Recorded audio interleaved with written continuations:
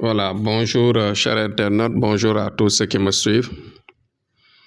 Aujourd'hui, je parlerai dans le global des choses, c'est-à-dire en m'exprimant pour expliquer effectivement l'efficacité du travail mystique si celui-ci est accompagné d'une vraie vision dans un sacrifice bien orienté, bien adapté à ce travail, et que la lumière de l'étoile de la personne soit bien visible. Visible dans le sens, bien sûr, de pouvoir capter bien sûr, le sacrifice qu'il faut faire.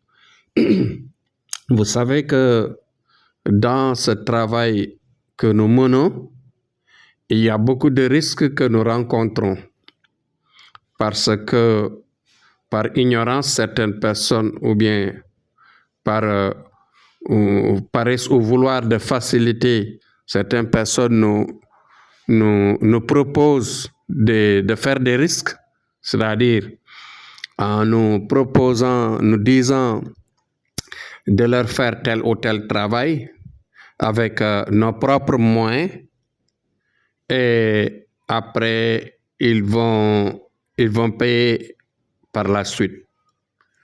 Bon, je dis que si la personne le fait, c'est parce qu'il est ignorant par rapport à l'intensité ou bien l'intensité du danger, ou bien par exemple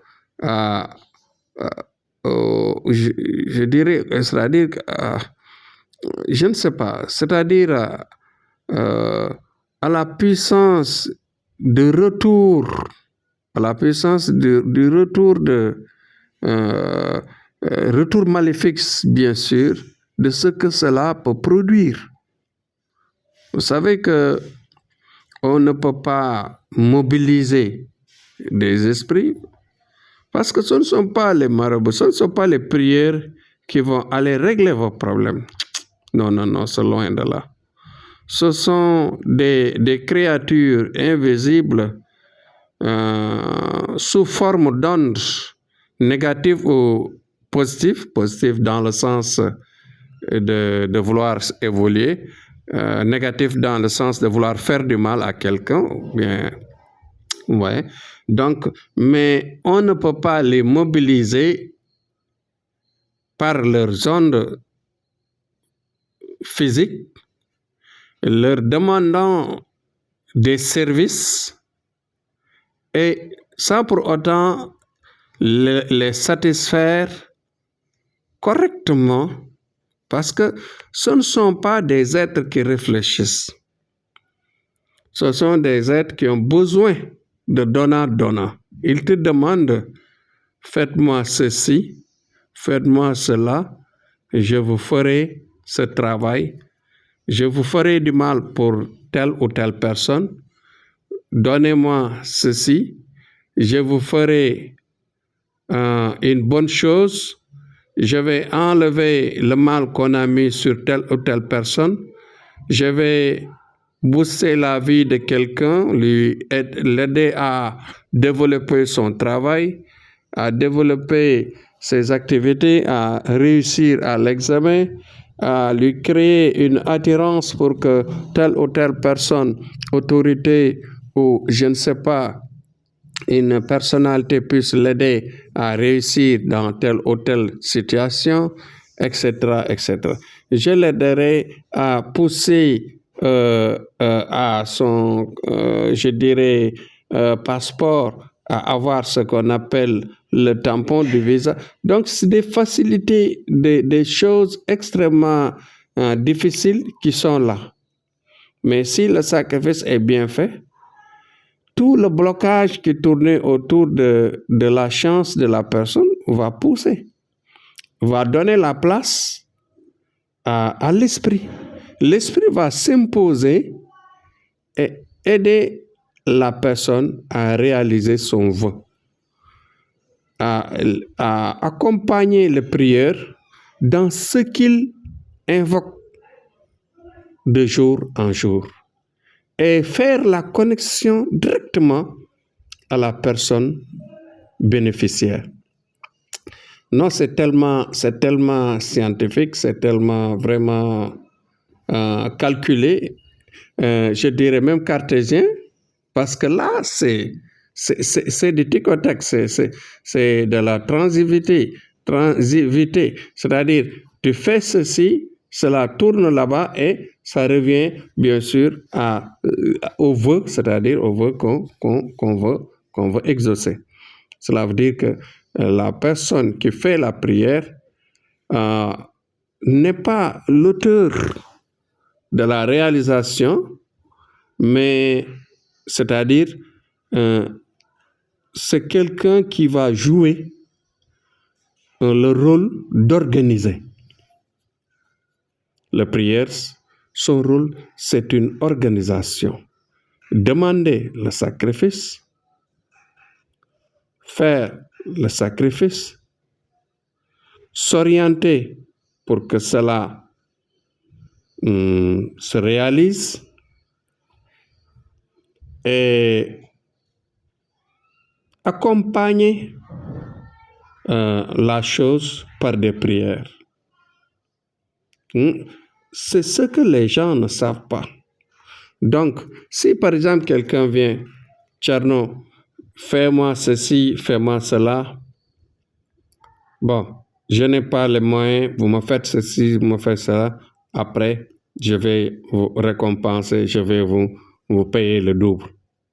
Tcherno n'est qu'une simple personne. Hein? La différence entre lui et vous, c'est seulement la science qu'il détient, mais ce n'est pas lui qui va aller réaliser vos vœux. Non, non, non. C'est une invocation qui fait avec une combinaison d'actes, mais si, c'est-à-dire des sciences apprises, c'est-à-dire des règles qu'il va mettre en œuvre, des règles qu'il va exercer, qu'il va organiser pour que cela se réalise. Ce n'est que ça. Lui, il connaît les rouages, Tcherno, Lamara. Il connaît les rouages, c'est-à-dire les techniques à faire pour réaliser, bien sûr, le vœu de la personne. Il peut parfois maintenant faire ce qu'on appelle la clémence sur une prière, sur un contrat, en disant que la personne, voilà, vous payez le sacrifice. Maintenant, après le travail, vous êtes satisfait, vous me récompensez. Mais le sacrifice d'un travail, jamais le prière ne peut le débourser. Ça ne marchera même pas. Et puis ça devient un danger, non seulement pour lui, mais un danger pour le client. Donc c'est pourquoi je voudrais aujourd'hui éclaircir ce point que beaucoup de gens ignorent, que le marabout n'est pas, par exemple, le grand, c'est-à-dire Dieu en tant que réalisateur des choses, mais c'est lui qui organise, c'est lui qui sait faire, c'est lui qui organise, bien sûr, par des actes et des sacrifices, c'est-à-dire après avoir recherché par une consultation, une bonne voyance, pour avoir une vision le tableau de bord qu'il va respecter pour arriver à bien sûr, à réaliser sa prière. Donc voilà comment ça se passe. Ne vous leurrez pas, ne pensez pas que lui, il détient, par exemple, tout le pouvoir, mais seulement le pouvoir de l'organiser. S'il a les moyens, quel que soit Alpha, bien sûr, le résultat viendra. Parce que Dieu l'a voulu ainsi, il l'a programmé, les règles sont bien mises sur le tableau de bord. Et bien sûr, vous la respectez, et la chose se réalise. Les vœux se réalisent, les projets se réalisent, bien sûr. Voilà ce qu'il faut éclaircir à ce niveau. Parce que je suis très sollicité à ce point. avec cette ignorance et il fallait éclaircir aujourd'hui. Merci et bonne attention et bonne écoute à tout le monde et paix pour le Sénégal, dans les lieux religieux, partout dans le monde, que la paix nous vienne pour que, bien sûr, nos vœux se réalisent dans les meilleures conditions.